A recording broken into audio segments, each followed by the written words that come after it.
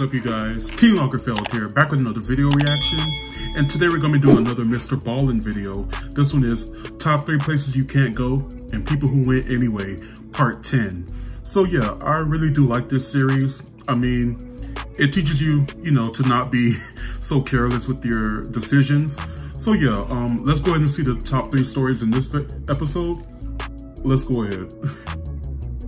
I didn't think there was anything more claustrophobia-inducing and terrifying than being trapped in an underwater cave. That is, until I discovered today's top story. But before we get into today's stories, if you're a fan of these an underwater cave sounds terrifying. Format, then you've come to the right channel, because that's all we do, and we upload 3, 4, even 5 times every week. So if that's of interest to you, please sneak into the Like Button's house and open up all of their cereal. But when you open the bags, make sure you tear them in such a way that you rip down the side of the bag, not along the intended seams at the top. Also, please subscribe to our channel and turn on all That's very detailed, so you don't miss any of our weekly uploads. All right, let's get into today's stories.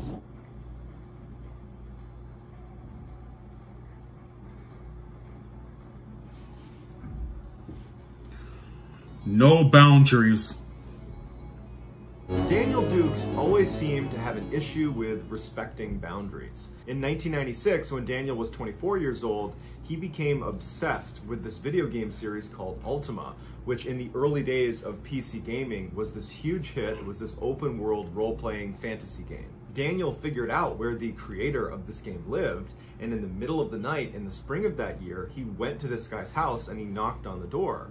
And when the creator did not answer the door, Daniel's frustrated and he leaves, but comes back a couple hours later. Why would he answer? He doesn't know you. Break a window, climb inside this guy's house, he goes upstairs, and he goes into one of the bedrooms where he crawls into one of the beds and falls asleep. The next morning, you serious? The creator got up, why would you? finds Daniel laying in what is wrong with him? And he starts yelling at him to get out of his house, and Daniel's totally unfazed and he just wants to sleep in this bed. And so the guy calls the police show up, and Daniel's still in bed, and so they haul him out and they arrest him. A year later, Daniel would be arrested again for trespassing, this time in Orlando, Florida at SeaWorld, where Daniel had, after hours, snuck into the manatee exhibit and was swimming around with the manatee. How did he do that? But despite his criminal history, Daniel was far from a hardened criminal. There's no security? Many people that knew him described him as a very gentle, pot-smoking hippie who just adored animals. In 1999, when Daniel was 27, he joined a small religious community of people that practiced Hare Krishna, which is a branch of Hinduism. They get their name from their chant, Hare Krishna, that devotees repeat over and over and over again. During his stay with this community, Daniel basically blew off all of his responsibilities. He didn't really practice the religion, he didn't help out around the temple. Instead, he spent virtually all of his time feeding the wild birds that came to roost inside of the temple's garden. And he kept this notebook where he diligently tracked who had come into the garden, which bird, and how much he had fed them, and what they looked like. Basically, all he cared about were these birds. After a month of living in the Hare Krishna community, Daniel abruptly tells the other worshippers that he's going to be taking a vow of silence. And this really confused the others, because Hare Krishna does not encourage its members to take vows of silence. This was something Daniel was going to do on his own. And so right before he took his vow of silence, he also informed them that he would be leaving. So he takes his vow of silence, he packs his stuff up, and he leaves. After departing, Daniel committed a series of petty offenses through South Carolina, Washington, Texas, and then ultimately in Florida. Well, dang! One of his offenses in Florida was stealing a candy bar at a 7-Eleven. And in court, because of his vow of silence that he was still living up to, he had to write on a piece of paper that he denied the charge. But ultimately, he was sent to jail for 3 days. After his stint in this Florida jail, Daniel gets out. That should teach him. He wants to go back to Orlando, Florida, and go to the SeaWorld, where he had previously jumped into the manatee exhibit. And so he was going to go and presumably check out the manatees as well as some other animals. When he got to the park, he made his way over to the killer whale demonstration, where some trainers were going to be swimming around in this enclosure with these massive killer whales.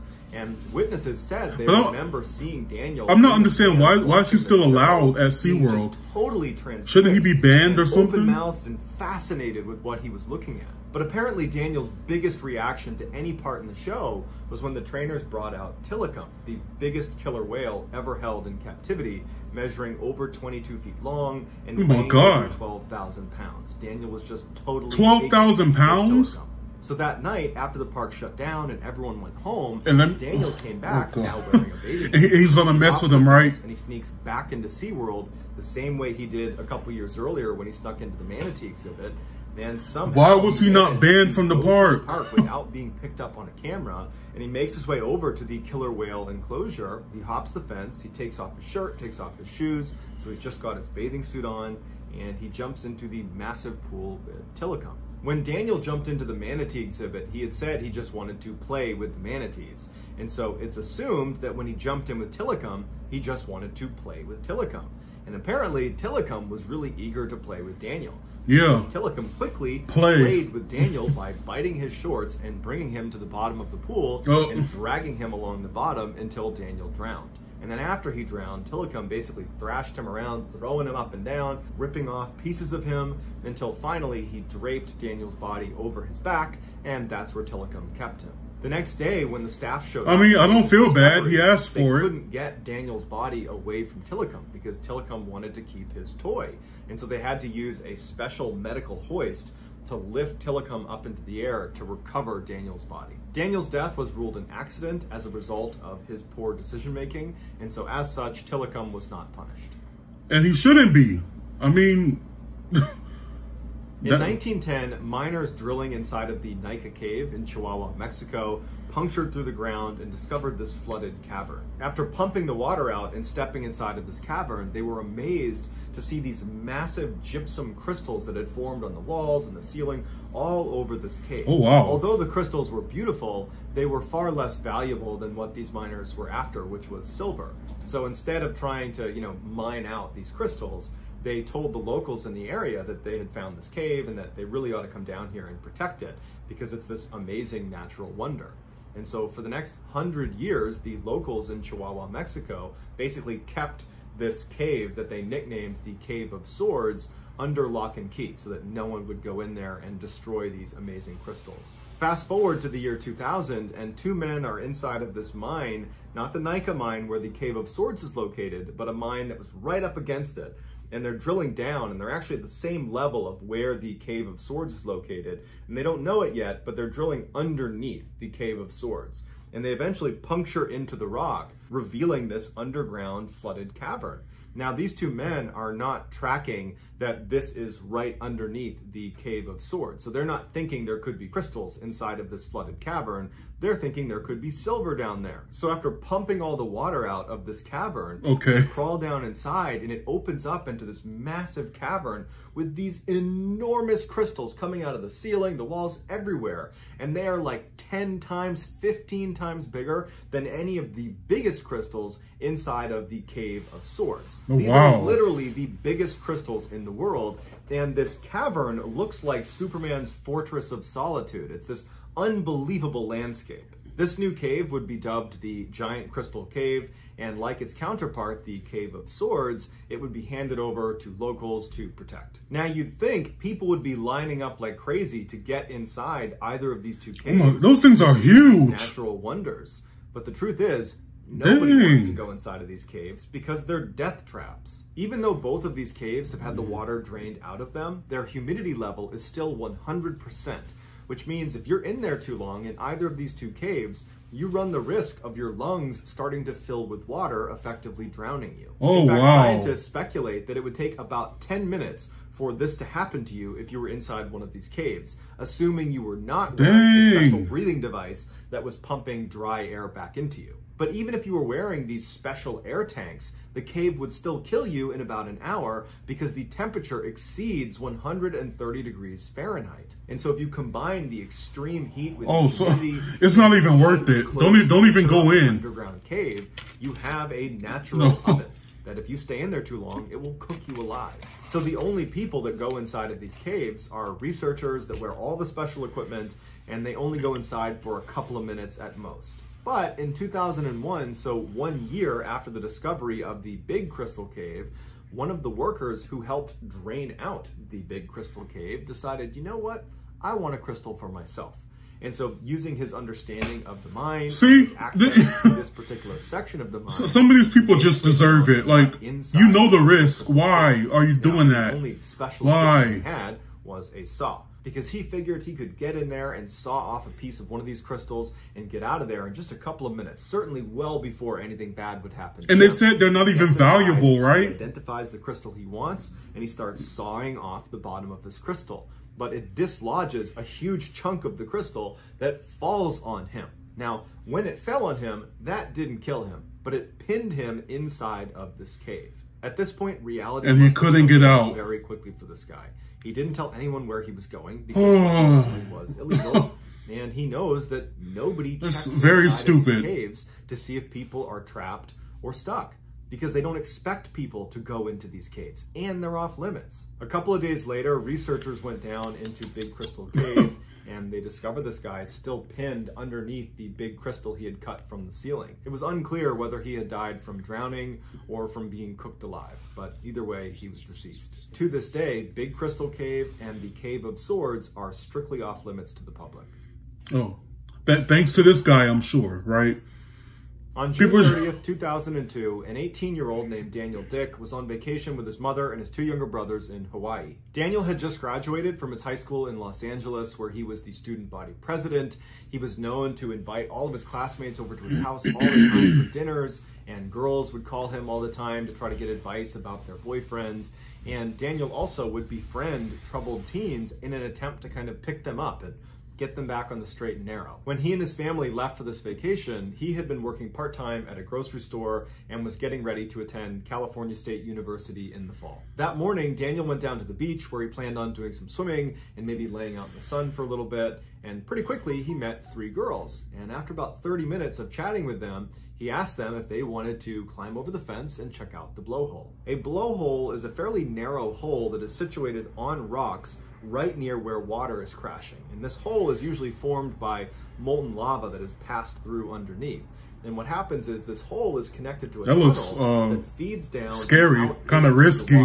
So when the waves come in, they I'm guessing it is. They get rocketed up this little opening, causing a massive geyser of water. Now, if you don't go near the blowhole, it's not dangerous at all. It's just a very cool natural phenomenon. The beach that Daniel and these girls were on was situated right near an infamously dangerous blowhole called the Halona Blowhole. The reason it was so dangerous is because the water it connected to through that tunnel was some of the most violent in all of Hawaii. So when those waves came barreling through the tunnel, it would shoot 30+ feet in the air. And so to make sure everybody understood you're only allowed to watch the blowhole from a distance, they actually put up a fence all the way around it and put up signs saying, "Do not go any closer." To give you a sense of how powerful the water was that was churning through this tunnel, if you were standing on the other side of the fence watching the blowhole from a safe distance, you could feel the ground shaking as the waves would rumble through the tunnel and then explode out of the blowhole. According to Daniel's family and friends, that is crazy. He was not a reckless person. He was just a very adventurous. Then why is he in this video? So something like this blowhole really piqued his interest,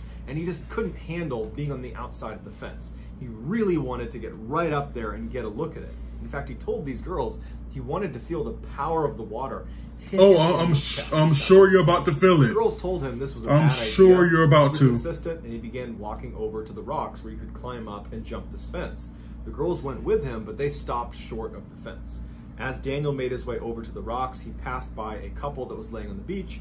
He waved to them, he climbed up the rocks, he climbed over the fence, and he made his way over to the blowhole. And he timed it to where a wave had just come in and shot a geyser up, and then as soon as the water went down and there was a break, he walked over the edge of this hole that was not very far across, and he kind of arched himself over it so his chest was hovering right over where the water was. What? Why would you do that? A wave came through and the water shot up and it hit him in the chest, and it kind of staggered him back for a minute. And at this point, the three girls and the couple that he had passed are now yelling for him to get away from the blowhole, that it's way too dangerous. But it was too late. He leaned back over the blowhole right as a massive wave came barreling through the tunnel. It rocketed up and it lifted him off the ground about 5 feet in the air, and it turned him upside down so his head is pointed down.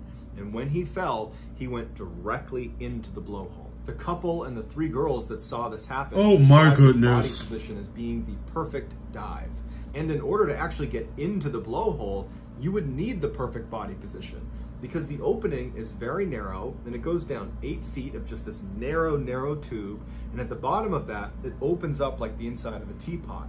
And inside of there is this just vicious churning water that connects to this underground tunnel that feeds out to the sea. And so when Daniel went head first down, his momentum, along with his perfect body position, forced himself down through that hole into that section that's kind of like the inside of a teapot. And once you're inside, there's no way to go back up again. The opening is too tight and there's nothing to hold on to. You wouldn't have the ability to force yourself up through that hole again.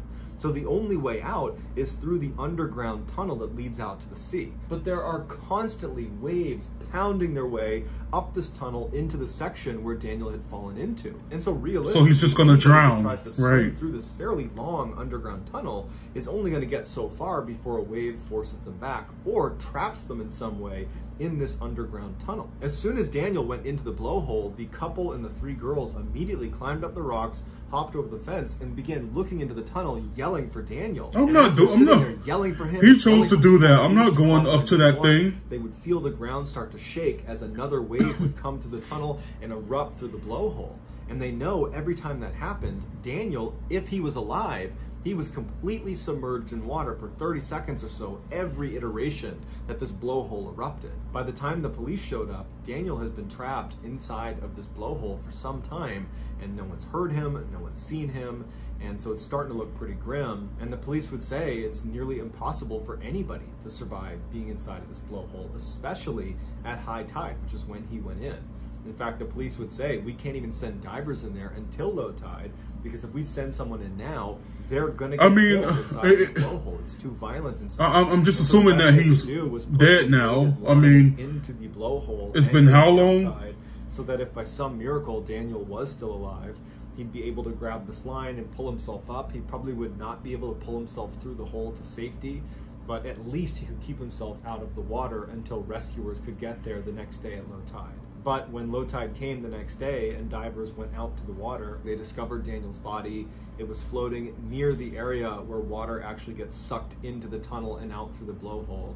During low tide, he must have been pulled back out through the tunnel out to sea. It's unclear how long Daniel was alive once he landed inside of the blowhole, or whether he ever attempted to actually swim through that tunnel out to sea, but at some point he did drown. Daniel's mother petitioned to have a metal grate put over the blowhole so that nobody else would fall in and meet the same fate as her son. But this proposal was met with criticism from the locals, who said the problem was not the blowhole. Right, it was him. The problem was people not respecting the power of nature. And so while a fence still surrounds I agree with that. People to stay back, the entrance to the blowhole is still uncovered. So that's gonna do it, guys. If you...